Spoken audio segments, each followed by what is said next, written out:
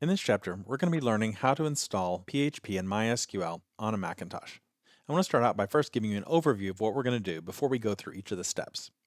The first thing we're going to need to do is make sure that we have a web server, and that's going to serve up the web files, process the PHP for us, and respond to requests from browsers. So we're going to have a browser makes a request to the web server.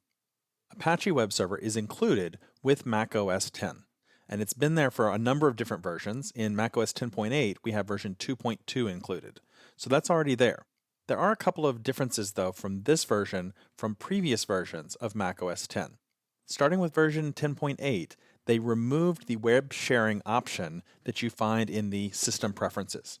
So we're going to have to learn how to start and stop Apache without that. So I'm going to show you how to do that. They also removed the sites directory. There's normally a default directory called sites, and that's where we would put our code. But they've taken that away now. It's not there. It wasn't deemed to be sort of an important feature for most people because most people aren't developing.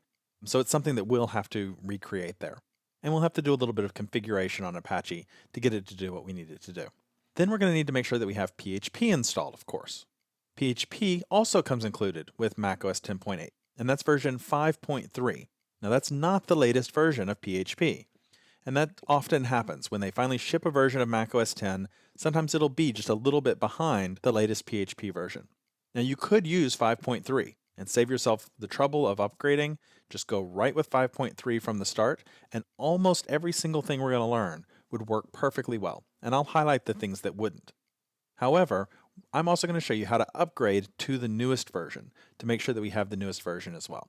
And then we're going to need to do a little bit of configuration to PHP's options. After we do that, we're going to make sure that we have MySQL. That's going to be our database that we're going to use. So we want to make sure that's installed. So we'll download and install it from the MySQL website. It's not included with macOS 10. And we'll need to do a little bit of configuration to it. And we're going to need to set a root password so that every time we access the database, we're going to have a password to authenticate ourselves to say, yes, I'm allowed to get this data out of the database. So we'll learn how to set a root password for that.